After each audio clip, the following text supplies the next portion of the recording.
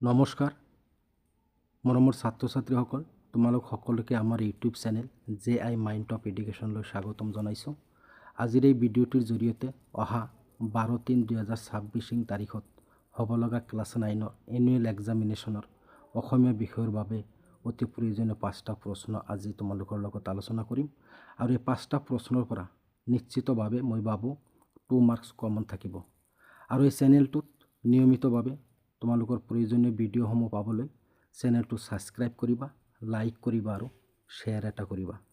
এতিয়া প্ৰশ্নকেইটা তোমালোকে অতি সোনকালেই চাই লোৱা, কাৰণ সময় অতি কম, পৰীক্ষা আহি আছে, গতিকে প্ৰশ্নকেইটা তোমালোকে অতি সোনকালে চাই লোৱা। প্ৰথম প্ৰশ্নটি হ'ল বহল ব্যাকৰণ পুথিখন কাৰ ৰচনা? ইয়াৰ শুদ্ধ উত্তৰটো হ'ব সত্যনাথ বৰাৰ ৰচনা।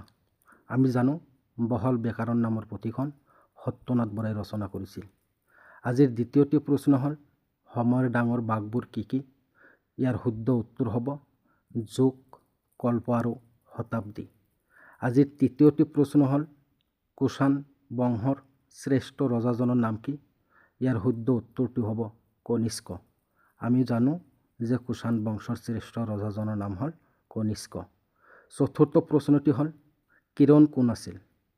ইয়াৰ শুদ্ধ উত্তৰ হ'ব শ্যাম সুন্দৰ পালিয়ালৰ কন্যা সন্তান আছিল কিৰণ। পঞ্চম প্ৰশ্নটি হ'ল নিৰ্মলে কাক বিচাৰি দোকানখনলৈ গৈছিল? নিৰ্মলে সিদ্ধাৰ্থক বিচাৰি দোকানখনলৈ গৈছিল, গতিকে ইয়াৰ শুদ্ধ উত্তৰটো হ'ব সিদ্ধাৰ্থক বিচাৰি। মোৰ এই ভিডিঅ'টি চোৱাৰ বাবে সকলোকে ধন্যবাদ জনাইছোঁ। নেক্সট ভিডিঅ'ত আকৌ লগ পাম। আজিলৈ বিদায় লৈছোঁ।